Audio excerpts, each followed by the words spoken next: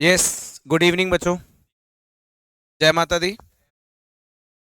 Last class में हम लोगों ने एनवायरनमेंट का फर्स्ट पार्ट फिनिश किया था, पार्ट नंबर 1। जिस पार्ट नंबर 1 के अंदर आप लोगों ने मेरे साथ डिस्कस किया था एनवायरनमेंट की डेफिनेशन, एनवायरनमेंट के फंक्शंस। आपने ऑनलाइन अटेंड करी थी।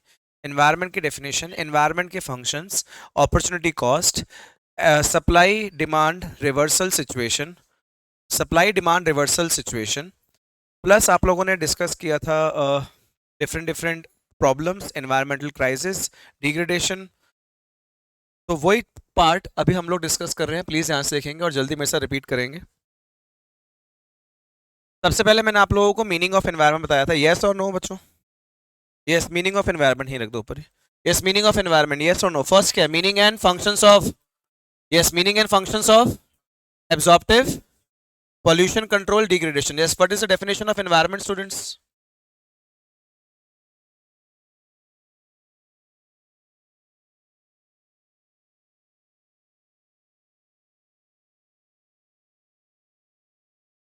What is the definition of environment? Environment is defined as the totality of planetary inheritance and totality of all resources. Totality of planetary inheritance and totality of all the resources. इससे हमें क्या बोलते थे? Environment. Environment involves two types of elements, that is biotic and abiotic. Environment perform many functions. Like first function, environment provide resources for the environment, assimilates waste, environment sustain life, and environment also provides the aesthetic services. ये आप लोगों के पास था जो define कर रहे थे हम लोग, ये ऑलरेडी कंप्लीट कर चुके हैं। अगर आप चाहते हैं कि एनवायरनमेंट ये चारों फंक्शंस आपके लिए कॉन्टिन्यूसली परफॉर्म करते रहे, अगर आप ये बात चाहते हैं तो आप लोगों को एनवायरनमेंट को with in the carrying capacity रखना पड़ेगा। कैरिंग कैपेसिटी के भी दो मतलब थे, that resources extraction should be less than the resources regeneration, और सेकंड मीनिंग था दैट रिसोर्स जो आपके जो वेस्ट प्रोड्यूस हो रहे हैं with in the absorptive capacity होने चाहिए, अगर आप चाहते हैं कि एनवायरनमेंट कॉन्टिन्यूसली आपके लिए वो 4 फंक्शंस परफॉर्म करवाते रहे। Reasons for environmental crisis: the first, the most important reason, that is the population. Second is extensive and intensive use of resources. Third, effluent consumption and production standards. Fourth, global warming and ozone depletion, and many resources, that is the renewable or non-renewable, काफ़ी resources हैं जो extinct हो चुके हैं। There are many reasons for environmental crisis, जिसमें सबसे important reasons है आप लोगों के global warming and ozone depletion। Next आप लोगों ने मेरे साथ मीनिंग करा था अपॉर्चुनिटी कॉस्ट के बारे में, और मैंने आपको बताया था ये लाइन सबको पता होना चाहिए, that opportunity cost of negative environmental impact are high. Opportunity cost का मतलब होता है कि जिस चीज़ को आप लोग गेन कर रहे हैं, किसी चीज़ को आप लोग सेक्रीफाइस कर रहे हैं, तो जिसको गेन करने के लिए आप किसको सेक्रीफाइस कर रहे हैं उसको हम लोग बोलते हैं opportunity cost. So impact of opportunity cost, that is negative environment impact of opportunity cost is very high. मतलब जिसको हम लोग सेक्रीफाइस कर रहे हैं उसकी वैल्यू बहुत ज़्यादा है, जिसको हम लोग सेक्रीफाइस कर रहे हैं उसकी वैल्यू बहुत ज़्यादा है एज कम्पेयर जिसको हम लोग गेन कर रहे हैं उसकी वैल्यू कम है। फिर मैंने आप लोगों को डिमांड सप्लाई रिवर्सल रिलेशन बताया था। देन मैंने आप लोगों के साथ ग्लोबल वार्मिंग के बारे में डिस्कस किया था, that is the rise in the temperature of earth atmosphere. उस ग्लोबल वार्मिंग के आप लोगों को मैंने कुछ रीजंस बताए थे, जिसमें मेरे पास फर्स्ट रीजन था coal and petroleum burning, methane gas released from the animal waste, deforestation, all were the reasons for the global warming। फिर ग्लोबल वार्मिंग के मैंने आप लोगों को इफेक्ट्स बताए थे कि ग्लोबल वार्मिंग के कौन कौन से इफेक्ट्स हैं, जिसमें आप लोगों के पास स्टॉर्म्स थे, हरिकेन्स थे, आप लोगों के पास ट्रॉपिकल डिसीजेस एक रीजंस थे। नेक्स्ट आप लोगों ने मेरे साथ ओजोन डिप्लेशन पढ़ा था, that is destruction of ozone layer, और ओजोन लेयर के डिस्ट्रक्शन का सबसे बड़ा रीजन था that is man made CFC और एरोप्लेन प्रोपेलेंट्स जो यूज होते हैं फायर एक्सटिंक्शन में, जिसमें सबसे बड़ा रीजन हमारे पास सीएफसी ही था। तो उसके मैंने आप लोगों को इफेक्ट्स बताए थे, यूवी रेस से आप लोगों का skin cancer, phytoplanktons that is जो प्लांट्स थे एक्वेटिक प्लांट्स उसके ऊपर इफेक्ट आया था, टेरेस्ट्रियल प्लांट्स के ऊपर इफेक्ट आया था। नेक्स्ट मैंने आपको बताया था कि इंडिया ने मॉन्ट्रियल प्रोटोकॉल में एंटर किया था 1992 1992 17 सितंबर 1992, जिसमें मॉनिटरी प्रोटोकॉल का सिर्फ एक ही एम था कि पूरी दुनिया से ग्लोबली सीएमसी को फेज आउट किया जाएगा। फिर मैंने आप लोगों को इंडिया के एनवायरनमेंट के बारे में बताया था, जिसमें आपने सब बच्चों ने बल्ले बल्ले बोला था कि इंडिया के पास इतना सब कुछ है। इंडिया के पास ब्लैक सॉइल है for the cotton textile, India के पास फॉरेस्ट हैं और दो unlimited distributed which provide a green cover to many things, और आयरन और बताया था कि पूरे वर्ल्ड में जितना आयरन हो रहा है 20% आयरन सिर्फ इंडिया में है, बट ये सारी चीजें जो मैंने आपको बताई थी वो सब खराब होती जा रही है just because of development strategies activities. यहाँ तक आप लोगों ने पार्ट 1 कहते हैं इसे एनवायरनमेंट का, यहाँ तक आप लोगों ने कंप्लीट कर लिया था, इसलिए मैं आप लोगों के साथ थोड़ा सा जल्दी जल्दी करवा रहा था।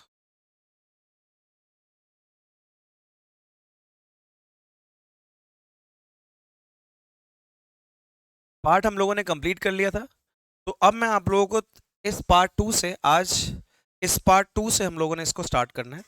मेरे सामने प्रॉब्लम्स के बारे में, चैलेंजेस के बारे में डिस्कस हो रहा है करण। That is land degradation, degradation of forest, deforestation, soil erosion, biodiversity loss and air pollution. करण एक एक करके सबके बारे में बात कर, सबसे पहले बात करते हैं लैंड डिग्रेडेशन के बारे में। जहां तक मुझे लगता है बच्चे, लैंड डिग्रेडेशन का मतलब है डिग्रेड हो रहा है land, that is destruction of soil, quality of soil, water and vegetation. बोल रही है मेरे साथ? Land degradation refers to a decline in the overall quality of soil, water and vegetation condition commonly caused by a human activity. Why we are saying commonly? Because it is also caused naturally, but mostly किसने cause किया? Human activities की वजह से land degradation हुआ। तो land degradation means destruction of quality of soil, water and vegetation condition। ठीक है? It occurs through the natural, आ गया? It occurs through the natural and man-made processes of wind erosion, water erosion and water। In India, land suffer from different types of degradation, mainly just because of इसलिए होता है land degradation just because of unstable use and inappropriate management practices. Such kind of degradation leads to the loss of invaluable. इस degradation की वजह से, इस value quality of soil के कम होने की वजह से, वाटर की कम होने की वजह से, इनवैल्यूएबल मिनरल्स जिनकी कोई value, invaluable minerals, loss of invaluable nutrients and lower food grain production. तो किसकी बात कर रहा हूँ? Land degradation. So there are many factors जिसकी वजह से ना quality of soil, quality of water और वेजिटेशन कंडीशन में फर्क आ जाता है। मतलब लैंड डिग्रेडेशन के ना बहुत सारे फैक्टर्स हैं, जैसे कि मेरे पास फर्स्ट फैक्टर है डिफॉरेस्टेशन, जिसकी वजह से क्वालिटी ऑफ सॉइल कम होता है। सेकेंड फैक्टर है मेरे पास over grazing by the animals. ऐसे मेरे पास डिफरेंट डिफरेंट फैक्टर्स हैं। थर्ड फैक्टर है मेरे पास over use of forest land. Fourth factor है मेरे पास poverty. There are many factors, जैसे कि मैं डिस्कस कर रहा हूँ, ये देख, causes of land degradation. Causes of land degradation, land degrade क्यों हो रही है, उसके क्या क्या कॉजेज हैं। तो causes of land degradation, first cause, आप उस क्लास 12th के स्टूडेंट्स हैं भाई, तो आप लैंड डिग्रेड क्यों हो रही है, उसकी क्वालिटी कम क्यों हो रही है, आप रीजंस लिख सकते हैं, रीजंस लिख सकते हैं। बट मैं चाहता हूं कि एक बार ये वाले रीजन समझ लो क्या है, फिर आप लोग अपने भी लिख सकते हो जी क्या क्या रीजन हो सकते हैं। वाटर लॉगिंग हमारे पास रीजन है, डिफॉरेस्टेशन हमारे पास रीजन है, पॉल्यूशन, पॉपुलेशन हमारे पास रीजन है। There are many reason for the degradation of land. जैसे कि first reason, loss of vegetation due to the deforestation. ये देख आ गया, लैंड डिग्रेडेशन का first reason that is deforestation. Second reason that is overgrazing. Overgrazing कौन करता है? एनिमल्स। एनिमल्स कंज्यूम कर, जिसकी वजह से काफी इफेक्ट आता है। डिफॉरेस्टेशन भी और बढ़ता है, किसकी वजह से? ओवरग्रेजिंग के। इनरोच कर दिया लोगों ने, फॉरेस्ट लैंड को कवर कर लिया, वहीं पर रहना शुरू हो गया जी, तो फॉरेस्ट लैंड कम हो गई है और रेजिडेंशियल लैंड वो बढ़ गई है। Non adaptation of adequate soil conservation measures, तो पूरी दुनिया के अंदर सॉइल को कंजर्व करने के लिए, बचाने के लिए मेजर ले जाते हैं, इंडिया में नहीं लिए जाते। नॉन अडॉप्शन, क्या कह रहे हैं? Non adoption. Unsustainable fuel wood and fodder extraction, improper crop rotation, indiscriminate use of agrochemicals such as, क्या यूज कर रहे हैं? Fertilizers and chemicals, improper planning and management of irrigation system, extraction of groundwater, excess in their regeneration capacity। यार इतना निकाल लिया land से water की उसकी रीजनरेशन कैपेसिटी कम है। Poverty of agriculture dependent people, जितने भी लोग एग्रीकल्चर का डिपेंडेंट है वो पुअर है, तो वो पर्टिकुलर जो चीजें हैं एग्रीकल्चर को मेंटेन करने के लिए चाहिए होती है वो उनके पास नहीं होती। And shifting of cultivation, multiple cropping system use करते हैं लोग, जिसकी वजह से लैंड की क्वालिटी में फर्क आ जाता है। मैं सिर्फ और सिर्फ आप लोगों को कुछ पॉइंट अपने आप सोचकर आप लोगों से पूछना चाहता हूं कि आप बताओ क्या क्या हो सकता है। जैसे कि दोबारा से बता रहा हूं, एक first is deforestation, second one is over utilization of, हाँ जी, over utilization of resources. Third is over grazing, third क्या है जी? Over grazing by the animals. Fourth use of forest land, हाँ जी। फिफ्थ इज पॉवर्टी, फिफ्थ क्या है? Poverty, because poor people depend upon the agriculture. Six क्या है जी? Excessive use of ground water, So there are many reasons for the land degradation. Causes of land degradation. ये जरूर लिखेंगे, improper management of soil conservation. Soil को conserve करने के लिए improper management है, proper measures नहीं लिए जाते. So there are many reasons. 7-8 reasons हैं, मुझे 5-6 रीजंस आपसे चाहिए कि ऐसे कौन कौन से कारण हैं जिसकी वजह से लैंड को क्या करा जाता है, डिग्रेड. नेक्स्ट मेरे पास क्या है, डिफॉरेस्टेशन. डिफॉरेस्टेशन का मतलब क्या है, it refers to cutting and clearing or removal of rainforest where land is thereafter converted into the non-forest. तो फॉरेस्ट से कहां पर आ गए, non. So cutting down the trees and use for the non forest purpose. So deforestation involves the permanent destruction, क्या कह रहे हैं, of indigenous forests and woodlands. Deforestation is rising at such a rapid state that it has totally disturbed the ecological balance. किसको disturb कर दिया? आपने सुना होगा रिया कि जैसे प्लांट्स हैं, प्लांट्स, एनिमल्स, ह्यूमंस, ये ऑलरेडी एक साइकिल के अंदर इन्वॉल्व है जो एक दूसरे के ऊपर डिपेंडेंट है. बट इस डिफॉरेस्टेशन की वजह से ना इस पूरे इकोलॉजिकल बैलेंस में ना डिफरेंस आ गया. डिफॉरेस्टेशन का नेगेटिव इंपैक्ट है. The per capita food land available, मतलब कि एक इंसान के पास एक जितनी लैंड है उतना फूड है, समझ ले. ये बोल दूं तो कितने लोग हैं और कितनी लैंड होनी चाहिए, तो मानेगी नहीं रिया. मुझे अवेलेबिलिटी चाहिए लोगों की पॉपुलेशन के हिसाब से 0.47 पर हेक्टेयर ऑफ लैंड, जबकि हमको मिल पता है कितनी रही है, 0.08. ये क्या बोल रहे हैं, the per capita food land in the country is only, एक इंसान के पास कितनी लैंड अवेलेबल है अभी, 0.08 हेक्टेयर अगेंस्ट रिक्वायर्ड कितने बेटा, 0.47 hectare to meet the basic needs. तो बेसिक नीड्स के लिए 0.47 चाहिए, और जबकि मिल कितने रही है, 0.08. डिफॉरेस्टेशन की बात कर रहा हूं, किस बात कर रहा हूं जी. So there are very serious and dangerous consequences of the forest depletion, like chances of more. तब जितने आप फॉरेस्ट डिप्लीट होते रहेंगे, खत्म होते रहेंगे, तो क्या आएंगे, और floods, soil erosion, heavy situation of dams and changes in climate. तो मैं किसकी बात कर रहा हूं, ये डिफॉरेस्टेशन. सबसे पहले किसके बारे में बात करी थी, land degradation. What do you mean by land degradation? Decrease in the quality of soil, water and vegetation conditions. What are the reasons for land degradation?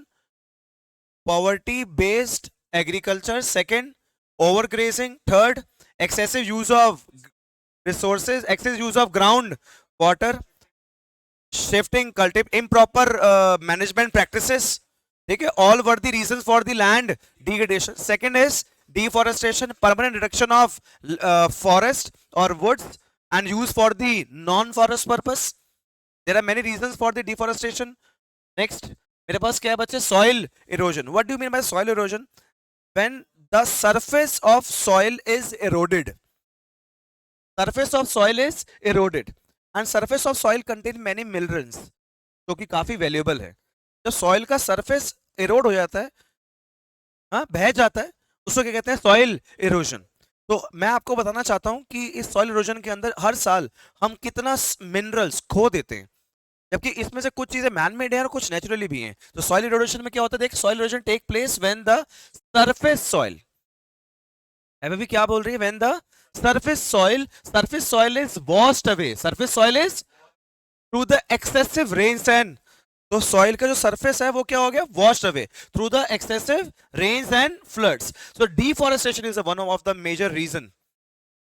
ठीक है, अब डिफॉरेस्टेशन है, तो जहां तक मुझे याद है, जब कभी भी ना ट्री होता है ना, तो ट्री ना अपनी स्टेम्स के साथ ना सॉइल को ना होल्ड करके रखता है.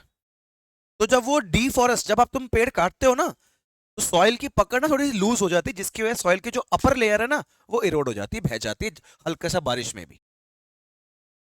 अगर मजबूती बना के रखनी है तो पेड़ होने चाहिए थी. तो सॉइल इरोजन का सबसे बड़ा रीजन क्या हो गया, डिफॉरेस्टेशन.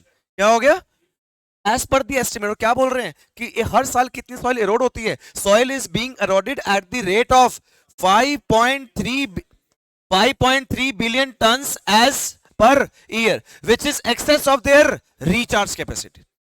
मतलब देख ले, इरोड ज्यादा हो रही है, रीजनरेट कम हो रही है. और मैं तो तुमको पता, आपको तो पता ही है कि कैरिंग कैपेसिटी किसे कहते हैं. कैरिंग कैपेसिटी कहते हैं जिसमें के अंदर यूसेज कम हो और रीजनरेशन ज्यादा. और अगर कभी इन्वायरमेंट कैरिंग कैपेसिटी के साथ काम नहीं करेगा तो आपको पता है प्रॉब्लम्स आएंगी. तो देख क्या कह रहे हैं, हर साल कितनी होगी, as a result country loses 0.8 million tons of nitrogen, 1.8 million tons of phosphorus and 26.3 million tons of potassium every year. Soil erosion. Soil is eroded by the small rains and floods. और इतना easily कैसे? The main reason is deforestation. So the quantity of nutrients lost due to the erosion each year ranges from 5.8 to 8.4 million tons. इतना इरोड हो जाता है जी, इतने minerals इतने nutrients खराब हो जाते हैं जी हर साल. इसको क्या बोलते हैं जी, सॉइल इरोजन. फर्स्ट क्या आपके पास प्रॉब्लम थी, land degradation. Second deforestation. Third क्या है, फोर्थ है मेरे पास क्या, एयर पोल्यूशन. फोर्थ क्या है, air pollution. contaminated air which is harmful for both for the economy as well as for the human beings. Air pollution is the presence of, क्या कह रहे हैं, air pollution is the material in air in such a which is harmful, which are harmful to men and environment. And what are the basic and what is the most important reason behind the air pollution? That is pollution emitted by the vehicles. सबसे बड़ा ये, और एक क्या है, industries. हाँ main दो हो गए, एक व्हीकल्स और एक इंडस्ट्री. पर मैक्सिमम किससे होता है, व्हीकल्स से. और व्हीकल्स में भी मैक्सिमम व्हीकल्स किसके हैं, non commercial. 80% vehicles are non commercial purpose use यार. अगर 80% व्हीकल्स कमर्शियल पर्पस यूज के लिए होते हैं मैं तभी माना चल ठीक है यार. बट 80% व्हीकुलर एमिशन जो हो रही है वो नॉन कमर्शियल यूज है.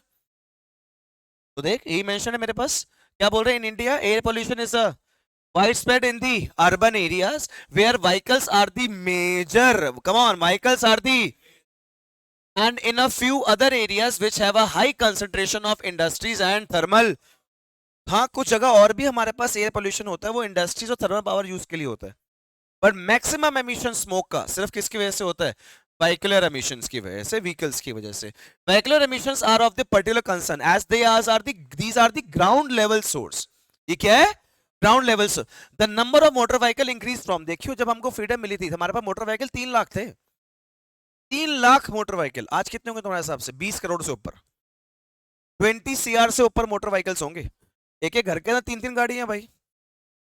तो देख क्या बोल रहा है, number of motor vehicle increase from 3 lakh has been 51 में 6.7 हुए 2003 में, 2011 में 14.18 था जी, 11 में. आज 2022 चल रहा है, मैं तो 20 करोड़ भी लगता है मुझे कम बोल रहा हूं मैं. 20 CR से ऊपर व्हीकलर एमिशन, जिसमें से पर्सनल ट्रांसपोर्ट व्हीकल, 2 व्हीलर और कार्स 80% है जी. बाकी 20% है हमारे पास कौन सी, कमर्शियल. तो India is one of the 10 most, ओ हो मजा आ रहा है सुन के बाद, कि 10 बड़ी कंट्रीज में 10th नंबर पे आता है इंडिया इंडस्ट्रियलाइजेशन में. वाह भाई वाह. पर साथ याद रखना एक बात दोबारा से, that the opportunity cost of negative environment impact are so high. आप किसी एक चीज को पाने के लिए आप किसी और को क्या कर रहे हो, और उसका इंपैक्ट बहुत ज्यादा है. तो इस लाइन को तो पढ़ के खुश मत हो जाना. यही बात यहाँ पे जतिन आगे कंटिन्यू भी कर रहे हैं, that India is one of the 10 most industrialized nation of the world. However, this achievement comes with the unwanted and unwanted and consequences like क्या आया, planned urbanization, क्या आई, pollution, risk of. तो यहाँ पे हम क्या पढ़ रहे हैं, एयर पोल्यूशन. क्या पढ़ रहे हैं, और इस air pollution, water pollution, land pollution, 3 तरह के पोल्यूशन होते हैं ना, air pollution, water pollution and. इसको कंट्रोल करने के लिए ना हमारी कंट्री के अंदर बनाया CPCB. क्या बनाया, CPCB का मतलब क्या होता है, सेंट्रल पोल्यूशन कंट्रोल बोर्ड, जो बनाया गया 1974 में शायद से अभी आएगा. तो CPCB की फुल फॉर्म क्या है जी, सेंट्रल पोल्यूशन कंट्रोल बोर्ड. क्या फॉर्म है जी, हाँ जी क्या फॉर्म है, central pollution control board, that is CPCB. Some ways to control the air pollution. Sir air pollution को कंट्रोल करना है, क्योंकि एयर पोल्यूशन क्या क्या कॉज करते हैं, health problems and also causes the damage to the environment and property. It has resulted in ozone, हाँ जी ओजोन, और which is leading to the climate change. तो सर मैं कैसे कंट्रोल करूं, बोलिए कैसे कंट्रोल करूं एक बार.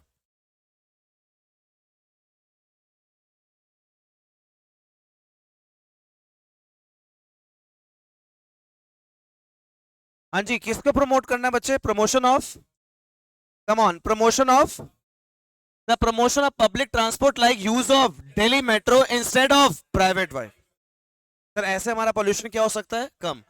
Promotion of public transport. Second, promotion of cleaner fuels like LPG और CNG as compare to the petrol and diesel. Third, use of cleaner fuels such as, अच्छा ये एलपीजी हो गया और ये हो गया क्या? CNG. Promotion of cleaner technologies like e vehicle, electric vehicles. ये सारे ई व्हीकल्स किसके हैं? टेक्नोलॉजिकल इंप्रूवमेंट्स हैं, बट इसको पहले प्रमोट करना पड़ेगा, पहले इसके लिए सब्सिडी देनी पड़ेगी लोगों को, लोग फिर इस टेक्नोलॉजी को अडॉप्ट करेंगे। तो ये मेरे पास कुछ तरीके हैं, क्या? एक टेक्नोलॉजिकल एडवांसमेंट, प्रमोट करो किसको? टेक्नोलॉजिकल टेक्नोलॉजीज को। यूज करो कौन से? Cleaner fuels like LPG and CNG. Promote करो किसको? Public transport. बाकी अगर आप कंट्रोल कर पाते हो ठीक है, नहीं कंट्रोल कर पाते तो कोई बात नहीं, हमारे पास हमने क्या बनाया हुआ है? CPCB। क्या बनाया हुआ जी? CPCB की full form central pollution control. क्या बनाया जी? Central pollution control, that is CPCB। तो देख बच्चे, in order to address the water and, बोलो मेरे साथ, in order to address the water and in the government setup the central pollution control board. वो भी कब? 1974। कब सेट किया गवर्नमेंट ने? 1974। This was followed by the states establishing their own state level board to address the environmental concern. मतलब कि एक पूरे कंट्री के अंदर तो एक बोर्ड बना, कौन सा? CPCB। बट हर स्टेट ने भी अपना स्टेट बोर्ड बनाया जो कि मेन CPCB के साथ कनेक्टेड होता था। तो कह रहे कि फंक्शंस बताओ CPCB के। अरे मैंने बोला, अरे नाम ही बताता है इसके फंक्शंस भाई, नाम ही बताता है भाई, पॉल्यूशन को कंट्रोल करने वाला बोर्ड है ये। तो ये क्या करता होगा? ये इंफॉर्मेशन कलेक्ट करता होगा कि कहां कहां पर पॉल्यूशन है, कहां कम है, उस इंफॉर्मेशन को स्प्रेड करता होगा। अरे ये और क्या करता होगा? अरे ये news channels, advertisement, web publishing करता होगा, बताता होगा कि क्या क्या प्रॉब्लम्स है, लोगों को अवेयर करता होगा। और क्या करता होगा? अरे इंडस्ट्रीज में कितना पॉल्यूशन निकल रहा है उसको चेक करता होगा, ऑडिट करता होगा, चालान बनाता होगा, फाइन चार्ज करता होगा।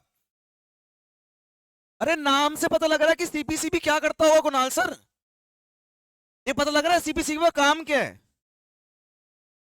बहुत सारे कॉलेजेस हैं, उस कॉलेजेस में प्रोजेक्ट्स मिलते हैं बच्चों को, कैसे कैसे प्रोजेक्ट, कैसे कैसे पॉल्यूशन कंट्रोल किया जाए, आप प्रोजेक्ट्स बनाओ। उन प्रोजेक्ट्स को स्पॉन्सर करता है CPCB भाई, एनालाइज करता है एरियाज में, किन एरियाज में क्या प्रॉब्लम्स हैं, इश्यूज हैं। अरे code of conduct, rules and regulation बनाता है भाई CPCB। तो यही तो काम होंगे CPCB के। सर ये नाम से पता लग रहा है कि CPCB के क्या काम होंगे सर। बाकी आप मेरे से पढ़ सकते हैं क्योंकि ये क्वेश्चन डायरेक्टली आता है जी कि फंक्शंस ऑफ CPCB बताओ जी। किसके फंक्शंस? CPCB किसके फंक्शन बेटे?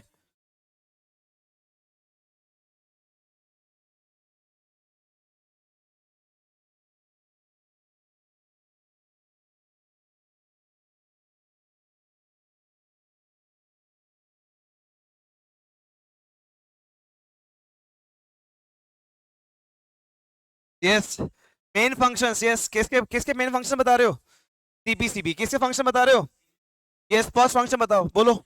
दे, अब मेरे साथ बोल लो, एक क्वेश्चन आता है, they investigate, collect and the information relating to the water, air and, और उसके लिए क्या बनाता है? Standard for sewage and trade effluent.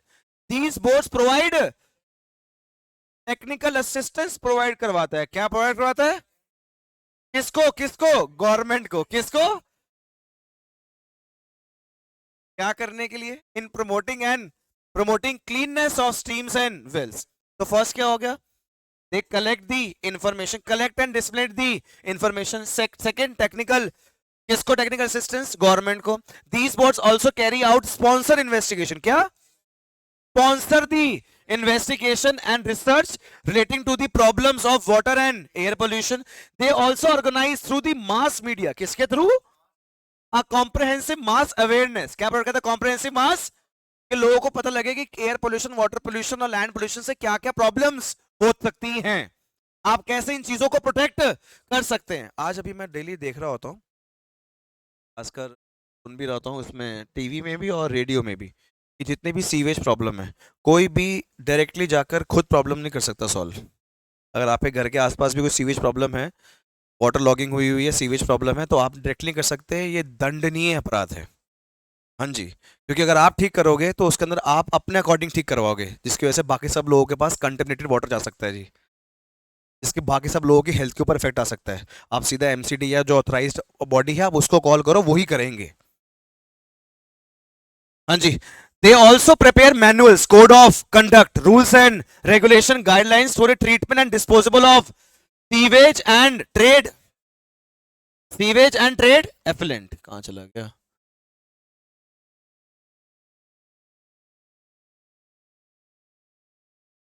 यही है। हाँ जी, sewage and trade effluents, they they they assess the air quality through the regulation of industry. जितनी भी इंडस्ट्रीज होती है ना, उनको ना एक्सेस करता है, एसेस कर देखता है, एनालाइज करता है कि कौन सा कितने पॉल्यूशन एमिट कर रही है। तो दोबारा से बताएगा मेरे पास क्या करता है? Investigate investigate collect and disseminate, मतलब डिस्ट्रीब्यूट करना किसको? Information related to the air water and land pollution. these boards provide technical assistance किसको? गवर्नमेंट को। किसको? yes, these boards also carry out sponsor investigation, they also organize through the mass media various awareness programs, they also prepare manuals, codes and guidelines relating to the treatment and disposal of trade emissions. जब trading करने में जो आने जाने के लिए जो भी हमारे पास कैसे डिस्ट्रीब्यूट होंगी चीजें, उसके लिए।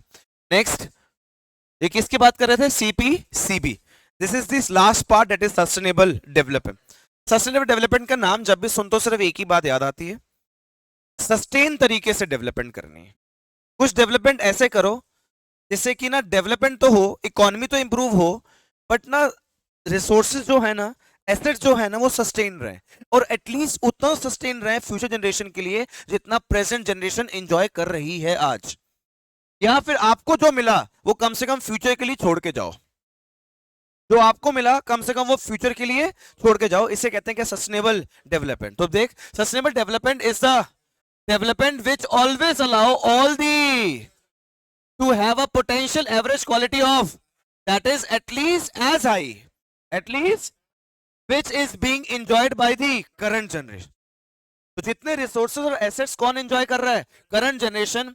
आप कुछ इस तरीके से अपनी इकोनॉमी में डेवलपमेंट करो कि रिसोर्सेज और एसेट्स एटलीस्ट उतने तो रहें, किसके लिए? Future generation. So the basic aim of sustainable development, दोबारा सेम बात, the basic aim of sustainable development is to ensure that present generation should leave, छोड़ के जाना।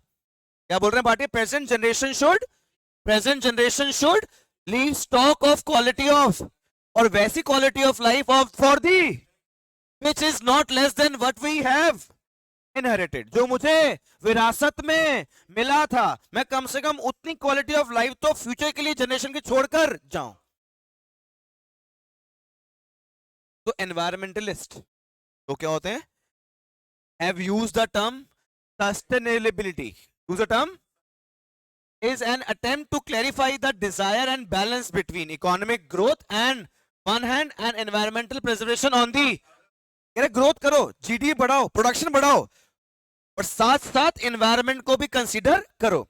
तो एनवायरमेंटलिस्ट कहते हैं सस्टेनेबिलिटी एक बहुत बड़ी बात है, सस्टेन तरीके से डेवलपमेंट, सस्टेन तरीके से। For economist a development path is, कैसा होना चाहिए रास्ता? डेवलपमेंट का रास्ता कैसा होना चाहिए? डेवलपमेंट का रास्ता कैसा होना चाहिए? If the stock of overall, और पता है वो रास्ता सस्टेनेबल कब माना जाएगा? डेवलपमेंट का वो रास्ता सस्टेनेबल तब माना जाएगा भाटिया, जब हमारे पास जितने एसेट्स, कैपिटल एसेट्स आज हैं, फ्यूचर के लिए भी उतने रहे या फिर उससे ज्यादा रहे। तो इकोनॉमिस्ट के लिए डेवलपमेंट का रास्ता सस्टेनेबल तब माना जाएगा if the stock of overall capital assets remains और over the time. The use of resources for the development in such a way that uh, that it can be also used by for the future generation, और at least उतना जितना अभी कौन enjoy कर रहा है? Present generation. तो sustainable development is an development which, दोबारा से वही, which needs the basic need, that is food, water, housing of all the people, particularly the and ensure that the growth of manufacturing and service sector to meet these need. तो growth करो, development करो, but किस way में? Sustained वे में. किस way में? तो M for sustainable development क्यों करा जाता है? To prevent the damage of to our life, support sustainable and equitable use of. ये कर लेना अपने आप. नेक्स्ट पढ़ो. हाउ टू अचीव दी, कैसे अचीव किया जाता है बच्चे? किसको? सस्टेनेबल डेवलपमेंट को कैसे अचीव करेंगे भाई? यूज करो. क्या use? Restrict the use of. मैं रिन्यूएबल है तो क्या यूज करते रहोगे? बचा लो थोड़ा सा. Restrict the use of. अरे सब्स्टिट्यूट कर नॉन रिन्यूएबल हो किससे? हाँ जी. Become the input. इनपुट तो उतना लगा रहा है, उससे तेरा क्या आ रहा है? आउटपुट. अब ऐसा कर कि इनपुट तो उतना लगा है बट आउटपुट उससे ज्यादा है. हाँ जी. Control the uncontrol the population. तो मैं कैसे अचीव करूंगा sustainable development ma'am? First is restrict the use of, बोलो, renewable resources should be extracted or on a, जितना चाहिए हो, जितना रिक्वायर्ड हो उतना करो. ये थोड़ी कि अगर रिन्यूएबल है तो use. It means rate of extraction should not exceed the rate of. Sir जो हमारे पास नॉन रिन्यूएबल रिसोर्सेज हैं उसको सब्स्टिट्यूट कर दो किसके साथ? रिन्यूएबल के साथ. फॉर एग्जांपल सर पेट्रोल और डीजल चाहिए, ये हमारे पास क्या है? Renewable resource, non renewable. तो इसको कन्वर्ट कर दो किसके साथ जी? सोलर एनर्जी के साथ. CNG natural. हाँ जी. तो इसके साथ कन्वर्ट कर दो जी. तो क्या बोल रहे हैं? बोल. As a non renewable resources are renewable substitute must be developed so as to maintain the flow of services. It means rate of depletion of should not exceed the rate of creation of. तो non renewable resource deplete होते जा रहे हैं. Renewable resource use करो उसकी जगह. क्या use करो? पर याद रखना कि डिप्लीशन का रेट हमेशा के क्या हो? कम हो. किसके? रीजनरेशन के रेट से, रिन्यूएबल के यूज के रेट से. तो जिसको तू सैक्रिफाइस कर रहा है वो कौन सा है? Non renewable. जिसको तू यूज कर रहा है वो कौन सा है? बट यूज करना भी ढंग से, और जो डिप्लीट कर रहा है वो रेट कम होना चाहिए, यूज करने का रेट ज्यादा होना चाहिए. Yes, come on. First is restrict the use of renewable resource. किसके रिसोर्स को रिस्ट्रिक्ट कर दो? रिन्यूएबल. तो restrict the use of renewable resources. Substitute the non-renewable with the renewable. Become the input efficient. Input efficient का मतलब क्या? हम लोग, हाँ जी सर, हाँ जी, हाँ जी, हम लोग जो इनपुट, हम लोग जो क्या यूज कर रहे हैं? इनपुट. क्या यूज कर रहे हैं? वो इनपुट से जो क्या आ रहा है? आउटपुट. मैं चाहता हूं इनपुट सेम लगे बट आउटपुट पहले से भी ज्यादा. तो देख क्या बोल रहे हैं? Technological progress should be made to become input. Technological progress क्या बोल रहे हैं? Technological should be made to become input and not input consume. It means effort should be made to produce more per unit of. It will reduce the exploitation of resource. Next one is control the pollution. किसको control करो जी? हाँ जी. किसको control करो बच्चे? Pollution. Control of emission should B limited to the absorption capacity. Control और control the growth of population. तो मेरे पास कुछ वेज हैं जिस तरीके से सस्टेनेबल डेवलपमेंट अचीव हो सकता है. Come on. First one is restrict the use of renewable resources. Second, substitute the non renewable resources with the renewable. Become the input. ऐसी टेक्नोलॉजी बनाओ जिससे कि आप क्या बन जाओ? Input efficient. आपको अब आगे फ्यूचर के लिए सेम आउटपुट के लिए कम इनपुट लगाना पड़े. Fourth, control the pollution. Fifth, control the population. ways to achieve the, come on, ways to achieve the, come on. First one is restrict the use of, substitute the non renewable with the, become the input, control the pollution, control the population. Last topic of this chapter, that is strategies. 101% आपके पास सिर्फ और सिर्फ यही question है.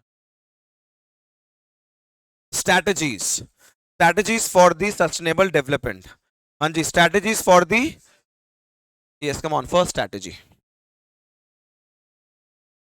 Non conventional source of energy जो smoke emit नहीं करते, pollution emit नहीं करते. For example in India mostly the energy is produced by the thermal power plants which emits smoke pollution. So in spite of thermal we can use wind energy, solar energy. हाँ तो देखो hydro होता ही उसके अंदर. देख बच्चे, use of non conventional, बोल क्या बोल रहे हैं, use of. India is hugely dependent on the thermal and to meet its, but both these should resources have the adverse. तो इसलिए please non conventional source like wind power use करो. क्या use करो, या फिर use solar rays. Wind power use करो या फिर क्या यूज करो. Are the cleaner and greener, बोलो are the cleaner and greener energy but are not yet been explored on a due to the lack of technological devices. Exactly. जो भी आप लोगों के पास फॉर एग्जांपल सोलर के लिए हम लोगों को फोटोवोल्टिक सेल चाहिए जिससे कि एनर्जी कन्वर्ट हो जाती है किसके अंदर, इलेक्ट्रिसिटी के अंदर. तो अभी ना वो टेक्नोलॉजी ना इतने लार्ज अमाउंट में यूज नहीं करी गई. प्लस इसकी जो स्टार्टिंग की इंप्लीमेंटेशन कॉस्ट है ना वो बहुत ज्यादा है. प्लस लोगों के पास इसकी चीज की इंफॉर्मेशन नहीं है. बट मैं तो आपको स्ट्रैटेजी बता रहा हूं. क्या बता रहा हूं, किस चीज की, सस्टेनेबल डेवलपमेंट. और फर्स्ट स्ट्रेटेजी क्या है, हाँ जी, use of non conventional source of in areas with high speed of. वहां पे क्या लगाओ, can provide electricity without any adverse impact on the. और आपको तो पता है India is naturally endowed with the huge large amount of, हाँ जी क्या इंडिया के ना, solar in the form of, with the help of the photovoltaic solar energy can be converted into the. तो बोथ कौन कौन से हो गए, एक और एक. So both the sources that is wind power and are totally free from the, although their initial cost is, but the benefits are such that the high cost gets easily recovered. So first strategy क्या है students, use of non conventional source of. Second क्या, use of cleaner fuels like CNG and so in urban areas use of compressed natural gas, that is being promoted to be used as a, in Delhi use of CNG in public transport has significantly lowered the. और in rural areas लोग क्या use कर सकते हैं, cow dunks food use करते हैं अपने energy consumption के लिए. तो उनको बोलो क्या यूज करें, एलपीजी. क्या यूज करें, तो फर्स्ट स्ट्रेटेजीज यही आनी है पेपर में जी. First is use of non conventional source of energy. Second, use of cleaner fuels. Third, establishment of mini hydel. कैसे बनते हैं मिनी हाइडल. जितने माउंटेन्स होते हैं, माउंटेन्स में तो इजीली देख सकता है कि ना वाटर फ्लो कर रहा होता है बहुत काफी सारी हाइट से ऊपर से. तो जहां से हाइट से वाटर क्या कर रहा है, फ्लो, वहां नीचे लगाओ टरबाइन. क्या लगा दो, तो जैसे ही वो फ्लो करेगा किसके ऊपर, टरबाइन के ऊपर, तो वो टरबाइन अपने आप रिवॉल्व करेगा जिससे क्या प्रोड्यूस होगी, इलेक्ट्रिसिटी, नेचुरल. तो देख क्या बोल रहे हैं, establishment of in mountain regions perpetual streams can be found almost. So these streams can be used to generate, क्या यूज कर through the mini hydel. Such power plants are more or less environmental and generate enough energy to meet their local demands. Moreover, large scale transmission towers and cables are also not. हाँ जी, first कौन सा हो गया जी, non conventional में दो example बताओ. Wind power and second क्या है, यूज ऑफ, एग्जांपल बोलो, LPG and CNG. Establishment of mountains, क्या, हाँ जी. Fourth one is traditional knowledge and. तो एग्जैक्टली क्या है, मुझे याद आ गया कि अभी हम लोगों ने पढ़ा था आयुष, आयुर्वेदा, योगा, यूनानी, सिद्धा, होम्योपैथी.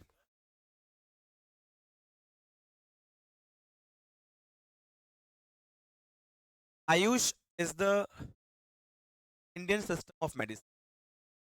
क्या है ये, इंडियन सिस्टम ऑफ मेडिसिन, जो कि eco friendly system of treating every disease है जी, जिसके अंदर आयुर्वेदा, योगा, यूनानी, सिद्धा, होम्योपैथी, नेचुरोपैथी आता है जी.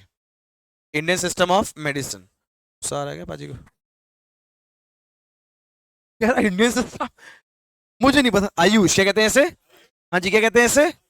बट हम लोग नीचे रख ले, नीचे रख ले, नीचे रख इसको।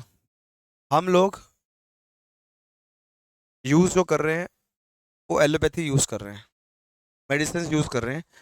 को बनाने के लिए इतना वेस्ट प्रोड्यूस होता है, बड़ी बड़ी इंडस्ट्रीज केमिकल्स प्रोड्यूस कर रही हैं। अगर हम लोग अपने अपने डिसीजेस को वही पुराने तरीके से ठीक करें ना, तो सच बता रहा हूँ, इतनी सारी फैक्ट्रीज कंपनीज जो पोल्यूशन क्रिएट कर रही है मेडिसिन को बनाने के लिए, वो बंद हो जाएंगी। तो देख क्या बोल रहा हूँ, traditional knowledge and practices, traditionally Indian people have been close to their environment. All practices relating to the agriculture system, healthcare system, housing, transport, etc. used to be. तो पहले सारी चीजें कैसे होते थे? environmental friend. The shift from the traditional system has caused a large scale damage to the and to our rural. For example, India is well known for its Ayush treatment. Ayush with about 15,000 species of which have medicinal. But however with the advent of western system, जब से क्या है country के अंदर of we तू कौन सा लिख रहा था अभी? रुक जाता। However with the advent of western system of we ignore are of Ayurveda and these old system are environmental relatively to from side effects of the do not involve large scale, कोई इंडस्ट्रीज की requirement ना होती है, medicine की requirement ना होती, कोई chemical processing ना होती हमारी कंट्री के अंदर। अगर इंडियंस अभी भी डिपेंड किसके ऊपर होते हैं जी? आयुष। आयुष क्या है मेरे पास? Traditional practice. क्या है जी? Traditional practice. फर्स्ट अनकन, हाँ जी बच्चों, use of non conventional source of energy. Second क्या है?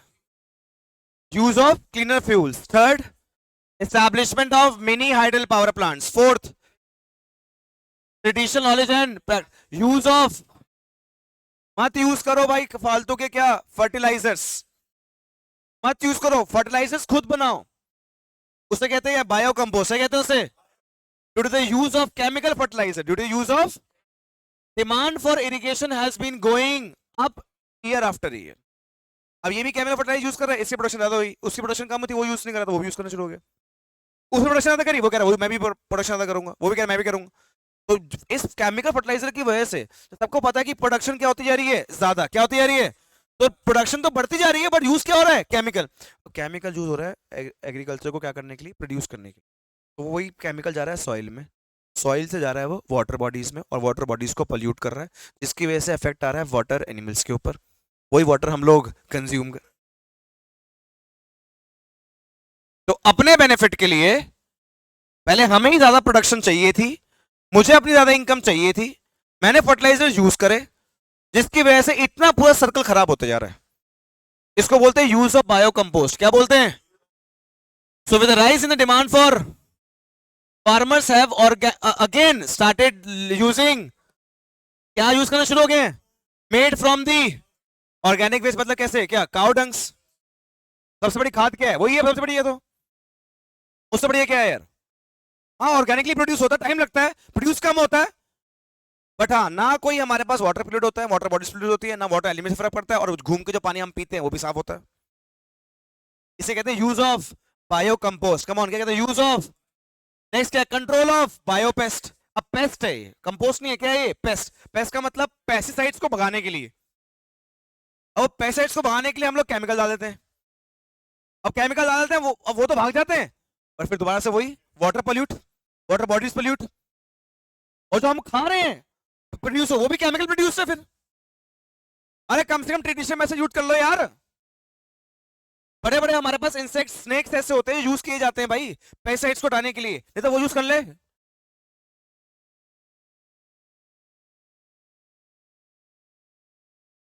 Control of, come on, control of the advent of green revolution has increase the, बस जब से हमारी कंट्री के अंदर क्या है? ग्रीन रेवोल्यूशन, उसकी वजह से लोगों ने यूज करना शुरू कर दिया क्या? Chemical. Chemical which not only contaminates the but also pollute the water bodies, also pollute the, हाँ जी, किसको pollute करता है जी? तो to meet this challenge better method use कर लो पेस्ट कंट्रोल के। नीम बेस्ड पेस्टिसाइड्स बना लो ना यार, क्या बना लो, नीम बेस्ड पेस्टिसाइड्स। अभी कोरोना आया था यार, इसको इसमें तो भाई इतनी सारी नीम बेस्ड मेडिसिन बनी थी, गोलियां बनी थी हमारे अंदर के पेस्टिसाइड्स को हटाने के लिए भाई। तो वो कह रहे हैं कि आप क्यों यूज करते हो केमिकल फर्टिल पेस्टिसाइड्स, आप क्या यूज करो, नीम बेस्ड पेस्टिसाइड्स, क्या यूज करो, जो कि क्या environmental and free from. In addition, awareness is being created for the use of various animal and birds like snakes use करो, lizards use करो, owls use करो, peacocks use करो, अपने भाग जाएंगे सारे पेस्टिसाइड्स। नेचुरल है, पहले भी ऐसे होता था, पेस्टिसाइड्स तो मैनेजमेंट ने भी बनाया है एज नेचुरल पेस्ट कंट्रोलर। क्या है ये, mix cropping and growing different crops in a consecutive year, the same land have also. अब सेम लैंड है, एक ही लैंड है, उस पर तो यूज कर रहा है, कर ले यूज, तो दोबारा पेस्टिसाइड्स मत लगा उसमें, कोई और क्रॉपिंग कर, मल्टीपल क्रॉपिंग कर। जैसे चल एक बार अगर पेस्टिसाइड तूने यूज कर भी लिया तो वो 4-5 चीजों में यूज हो जाएगी, 4-5 बार यूज। बट एफिलेंट कंजम्पशन है लोगों की, हर बार नए पेस्टिसाइड्स डालते हैं। First strategy, example wind power and solar energy. Second, use of cleaner fuels, example.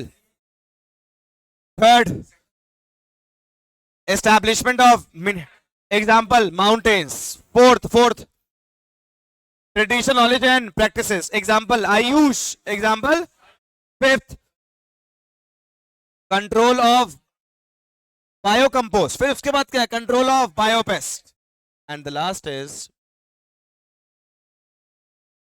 भाई अब इसको देख लो, तो 3 दिन से डांट रहा हूँ इस बात पे कि सुबह मॉर्निंग में 11:30 आया था, और जब से आ जाता है तब से इसका खाना शुरू हो जाता है, तो हर आधे घंटे बाद भूख लग जाती है। भाई जेब में पैसा है ना, तभी खर्च हो रहा है, ये पैसा तभी खर्च हो रहा है, उसमें आधी चीजें वेस्ट होती हैं, आधा गिर रहा होता है, घटिया चीजें खा रहा है, लोगों ने खानी तो उससे छीन रहा है। तो ज्ञान की, तो बस, तो इतनी कंजम्पशन और प्रोडक्शन स्टैंडर्ड्स बढ़ चुके हैं कि ना इतनी वेस्टेज होती है उसके चक्कर में। बट कोई बात नहीं भाई, लोगों के पास परचेसिंग पावर बहुत ज़्यादा है, तो प्लीज़ भाई स्टैंडर्ड बनाओ, क्या बनाओ, स्टैंडर्ड। या फिर अगर वेस्ट प्रोड्यूस हो भी रहा है तो उस वेस्ट को कैसे फर्दर यूटिलाइज करा जाए वो सोचो भाई। देखो प्लीज, लास्ट देखो please, change in unsustainable pattern of and production with the increasing purchasing, wasted consumption linked to the consumerism, क्या बढ़ गया, क्या बढ़ गया। अब ये चलेगा भाई साहब, एक रेस्टोरेंट में खाना खाने के लिए थोड़ा सा कुछ डिफेक्ट था, सॉल्ट ज़्यादा था, कह रहे गलत खराब है, उनका क्या है भाई, फेंक देंगे वो तो। कस्टमर इज भगवान भाई, तो इतना कंज्यूमरिज्म मार्केट में बढ़ चुका है, कस्टमर को थोड़ी सी प्रॉब्लम हो जाए वो सब कुछ वेस्ट हो जाएगा जी, फेंक देंगे जी। तो ऐसी कंज्यूमरिज्म बढ़ने का भी क्या फायदा जिससे इतनी वेस्टेज हो रही हो यार, ऐसा क्यों हुआ है, ऐसा क्यों हुआ है, stressing the resources base of developing countries, क्योंकि इंसान कहता है, हर रेस्टोरेंट चाहता है कि मैं अच्छा बन जाऊं, मैं बढ़िया बन जाऊं। It is important to counter this through the education, कैसे ठीक करा जाए इसे, या फिर public in several areas desirable limit बना दी, क्या बना दी, डिजायरेबल एंड क्या बना दिए, for the and the need to be and applied through the appropriate. और कोई जो फॉलो ना करे पनिशमेंट दो, फाइन लगाओ, चलान दो, जो वेस्टेज हो रही हो वो चेक करो, इंक्लूडिंग एजुकेशन इंसेंटिव एंड, और जो करे उनको इंसेंटिव दो।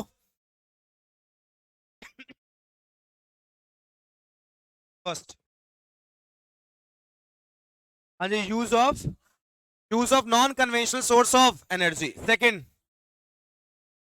use of cleaner fuels like, third, establishment of mini hydel plants, fourth, traditional knowledge, that is Ayush, fifth, biocompost, fifth, biopest, and last one is change in consumption and production patterns। किसके बारे में बात कर रहे थे, strategies, क्या है ये, अच्छा, ways to achieve sustainable development क्या थी, ways to achieve sustainable development,